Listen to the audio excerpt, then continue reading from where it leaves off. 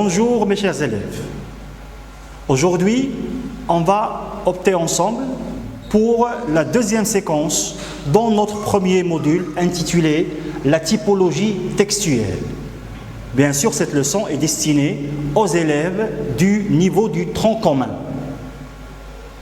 Donc, notre activité, c'est une activité de lecture. Aujourd'hui, on va voir ensemble le texte descriptif. Bien, donc le texte descriptif, on le trouve toujours dans la narration. Dans un récit, il y a des passages consacrés à la description. Donc, décrire consiste à donner des caractéristiques, des qualifications à des personnages, à des objets, à des lieux, à des paysages, à travers bien sûr des modalités de caractérisation. Après, on va voir quelles sont ces différentes modalités de caractérisation. Bien, donc notre support c'est le manuel de l'élève, les œuvres intégrales. On va prendre ensemble la page 20. L'objectif de la leçon, c'est bien sûr identifier les caractéristiques du texte descriptif. Notre texte, il s'agit d'un extrait d'un roman du célèbre auteur français Victor Hugo. Bien, donc, je vous demande de bien suivre, de bien articuler votre prononciation, de vous concentrer sur le lexique parce que vous allez lire après à votre tour. Bien, donc on va lire ensemble. Le narrateur parle d'un incendie. Il décrit les flammes qui dévorent le sommet d'une église. Tous les yeux s'étaient levés vers le haut de l'église. Ce qu'ils voyaient était extraordinaire. Sur le sommet de la galerie la plus élevée, plus haut que la rosace centrale, il y avait une grande flamme qui montait entre les deux clochers avec des tourbillons d'étincelles. Une grande flamme désordonnée et furieuse dont le vent emportait par moments un lambeau dans la fumée. Au-dessous de cette flamme, au-dessous de la sombre balustrade à trèfle de braise, deux gouttières en gueule de monstre vomissaient sans relâche cette pluie ardente qui détachait son ruissellement argenté sur les ténèbres de la façade inférieure. À mesure qu'ils approchaient du sol, les deux jets de plombe liquide s'élargissaient en gerbes, comme l'eau qui jaillit des 1000 trous de l'arrosoir. Au-dessus de la flamme, les énormes tours, de chacune desquelles on voyait deux faces crues et tranchées, l'une toute noire, l'autre rouge, semblait plus grande encore que de toute l'immensité de l'ombre qu'elle projetait jusque dans le ciel. Leurs innombrables sculptures de diables et de dragons prenaient un aspect lugubre. La clarté inquiète de la flamme les faisait remuer à l'œil. Donc, l'auteur c'est Victor Hugo. Le roman dont il est extrait s'appelle Notre-Dame de Paris. C'est un roman historique daté de 1831. Donc, dans ce texte, l'auteur s'est focalisé sur la description d'un seul objet. Bien sûr, ce sont les flammes. Il a décrit les flammes qui montaient d'un incendie qui ravageait l'église de Notre-Dame de Paris. Notre-Dame de Paris, c'est le nom de la cathédrale. Une cathédrale, une grande église qui se trouve dans les grandes villes françaises. Bien, donc on va commencer notre étude de texte par d'abord l'identifier, le situer. Donc d'abord il s'agit d'un passage descriptif extrait d'un texte encore plus long. Ce texte est un texte romanesque, c'est un roman historique intitulé Notre-Dame de Paris, écrit par le grand auteur et poète français Victor Hugo. L'idée principale, le type de texte d'abord, il s'agit d'un texte descriptif.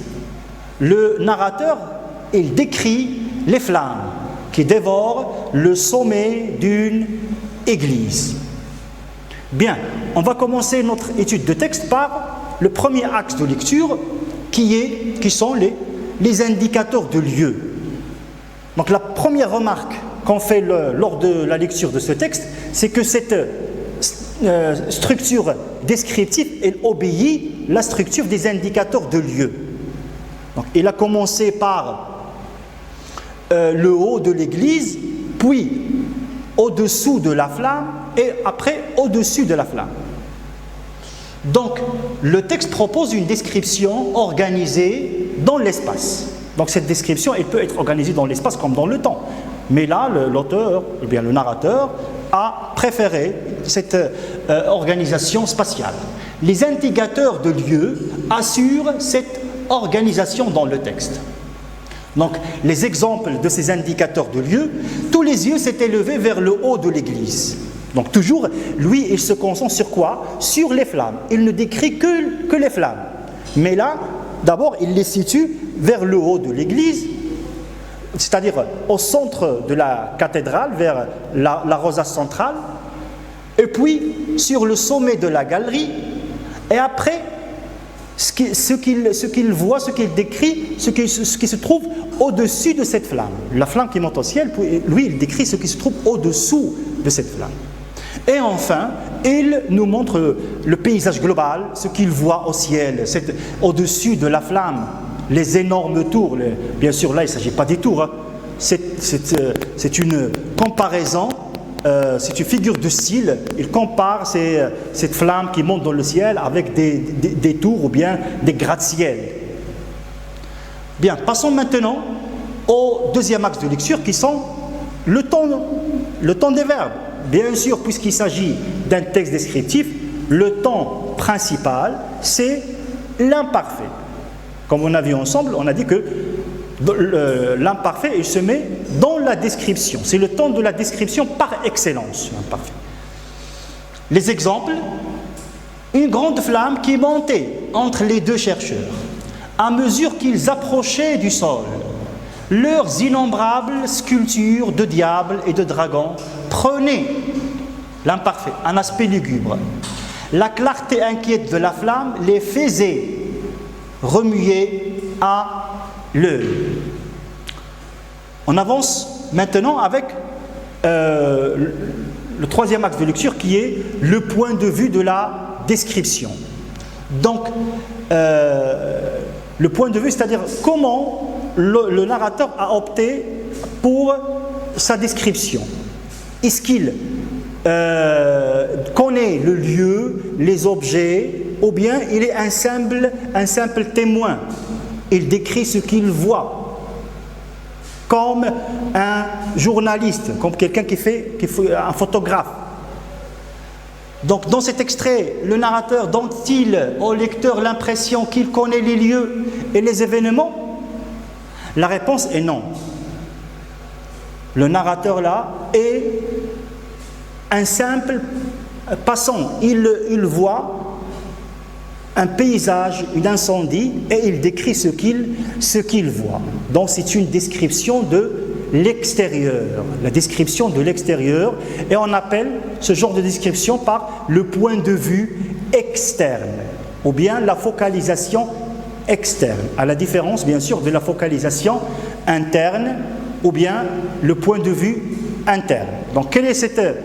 J'ouvre la parenthèse là pour faire la différence entre la description externe et interne lorsque le narrateur est lui-même un personnage. Il participe à l'action, il connaît les autres personnages. Là, il peut donner des caractéristiques que lui seul les voit. Donc nous, on reconnaît les personnages à travers l'œil du narrateur. Non pas comment ils sont dans la vérité, mais comment lui, il les voit.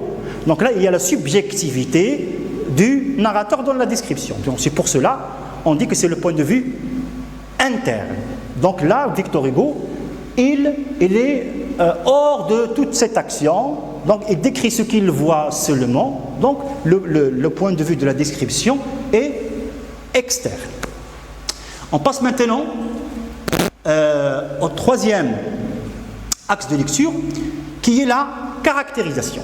Comment le narrateur a opté pour caractériser cette flamme, caractériser l'objet qui le décrit. Comment il procède pour donner des qualités à l'objet décrit.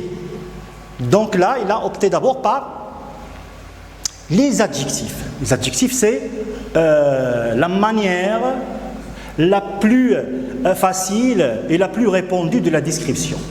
Donc c'est pour cela qu'ils appellent les adjectifs qualificatifs. On qualifie quelque chose à travers un adjectif. Donc les exemples, ce qu'il voyait était extraordinaire. Une grande flamme désordonnée, les énormes tours, de chacune desquelles on voyait de face crue et tranchée. Donc il y a plein d'adjectifs bien sûr dans cette description. Un deuxième procédé de caractérisation dans ce texte, c'est on décrit à travers une phrase relative. Donc il y avait une grande flamme. Comment est cette flamme? Elle montait entre les deux clochers. Donc on peut décrire avec une phrase. Cette phrase relative, avec le pronom relatif qui. Deuxième exemple, cette pluie ardente. Comment est cette pluie? Elle est ardente, mais il se détachait son ruissellement argenté. Donc là, on voit que à côté des adjectifs, on peut utiliser même des phrases dans la description. Et le troisième procédé, elle est un peu sophistiquée, un peu soignée, ce sont les figures de style.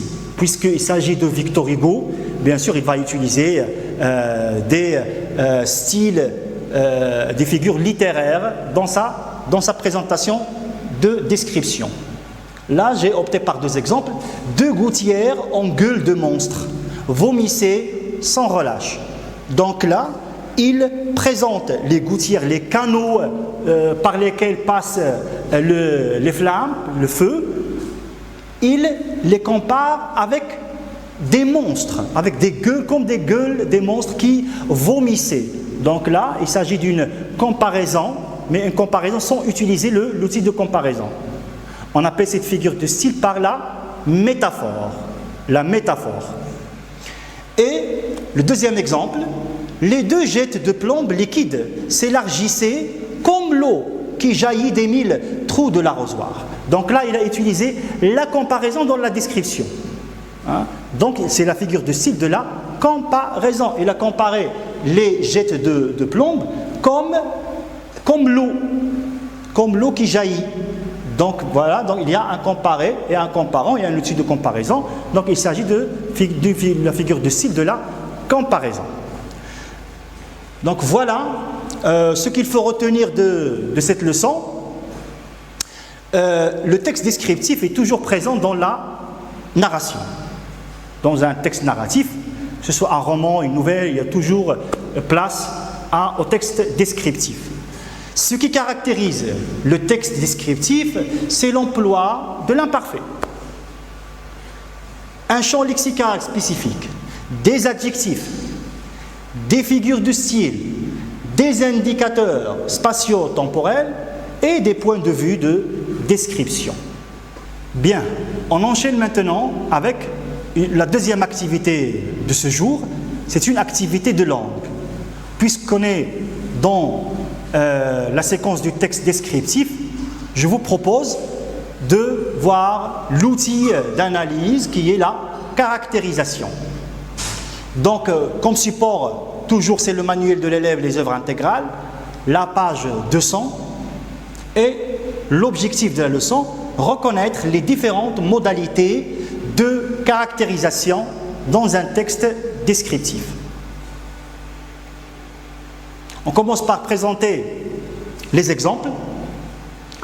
Ce qu'il voyait était extraordinaire. Une grande flamme désordonnée et furieuse.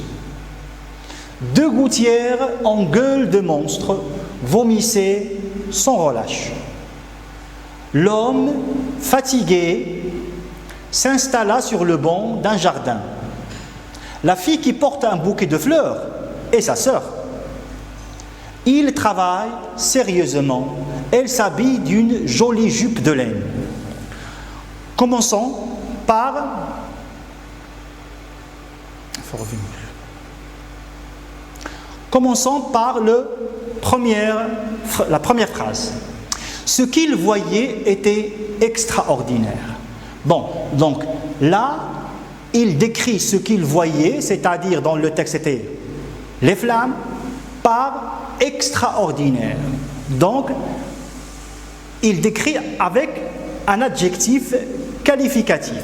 Donc, cet adjectif-là, est-ce que c'est un adjectif attribut ou bien épithète? Bien sûr, il s'agit d'un adjectif attribut, parce qu'il est séparé de sujet avec un verbe. Donc, le premier procédé de notre caractérisation, la première modalité de description, et se fait avec les adjectifs. Deuxième phrase, une grande flamme désordonnée et furieuse. Comment elle est cette flamme? Elle est d'abord désordonnée, elle n'obéit pas à un certain ordre, et elle est furieuse.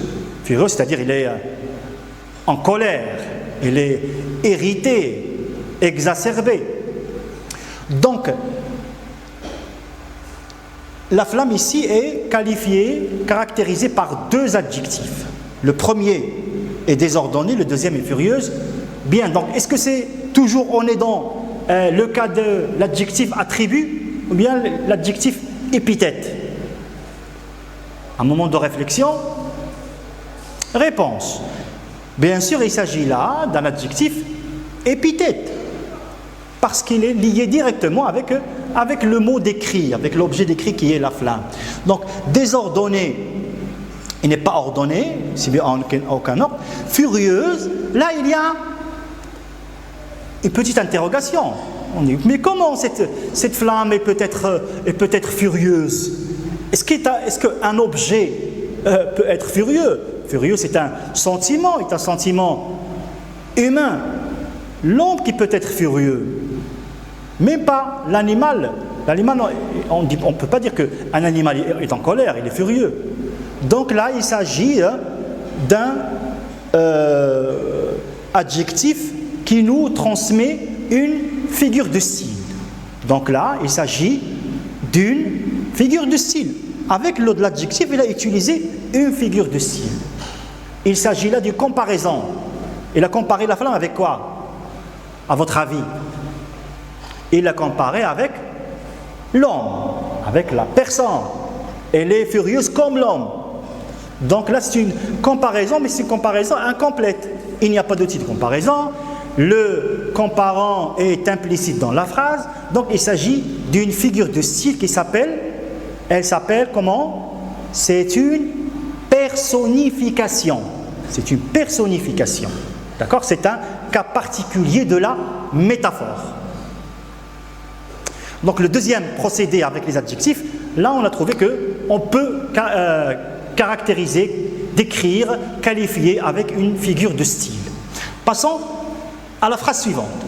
2 gouttières en gueule de monstre vomissaient sans relâche. Qu'est-ce qui est caractérisé dans cette phrase? Ce sont les gouttières, les canaux de feu. Ils sont en gueule de monstre. Est-ce qu'ils ont des gueules d'abord? Non, ils n'ont pas de gueule. Il s'agit d'un simple objet. Mais dans l'imagination de l'auteur, il les voit comme avec des gueules, parce qu'il descend avec une certaine vitesse, et il dévore, il ravage tout ce qu'il trouve dans leur chemin. Donc là, ils sont comparés métaphoriquement avec des animaux mythiques qui sont les monstres, des gueules de monstres qui vomissaient Ils vomissent, c'est-à-dire ils lancent, ils relâchent du feu de leur gueule. Donc, comment les gouttières sont caractérisées, avec quel procédé? Ils sont caractérisés avec une figure de style. Cette figure de style, c'est une comparaison, mais c'est une comparaison sans outil de comparaison. Donc, comment on l'appelle? On l'appelle une métaphore. C'est une métaphore. Bien. Phrase suivante. L'homme fatigué. Comment est cet homme? Il est fatigué. Mais là, entre deux virgules, s'installa sur le banc d'un jardin. Donc, la phrase essentielle d'origine était l'homme s'installa sur le banc d'un jardin, mais on a ajouté entre deux virgules, fatigué. Donc, c'est une mise en apposition. Parfois, on met une virgule pour décrire et on ferme la caractérisation avec une autre virgule. On appelle cette modalité de description la mise en apposition. Mise en apposition. D'accord? Bien, phrase suivante. La fille qui porte un bouquet de fleurs est sa sœur. Cette fille qui est sa sœur, comment elle est qualifiée par un bouquet de fleurs dans ses mains? Donc, mais là, elle a présenté cette description à travers une phrase relative, avec le pronom relatif qui. Donc, est-ce qu'on peut caractériser avec une phrase? Oui. Avec une phrase relative. Phrase suivante, il travaille sérieusement. Travaille sérieusement. Comment il travaille? Sérieusement. Donc là, qu'est-ce qu'il a décrit? Il décrit l'action, non pas le sujet. On décrit le travail, le verbe, l'action. Donc, on décrit non pas avec un adjectif, mais avec l'adverbe. Avec l'adverbe. Donc, on peut décrire, caractériser aussi avec des adverbes. D'accord? Arrivons à la dernière phrase. Elle s'habille d'une jolie jupe de laine. Jolie jupe de laine. Comment? Et la jupe, elle est jolie, à l'adjectif, de laine. De laine, c'est un complément de nom.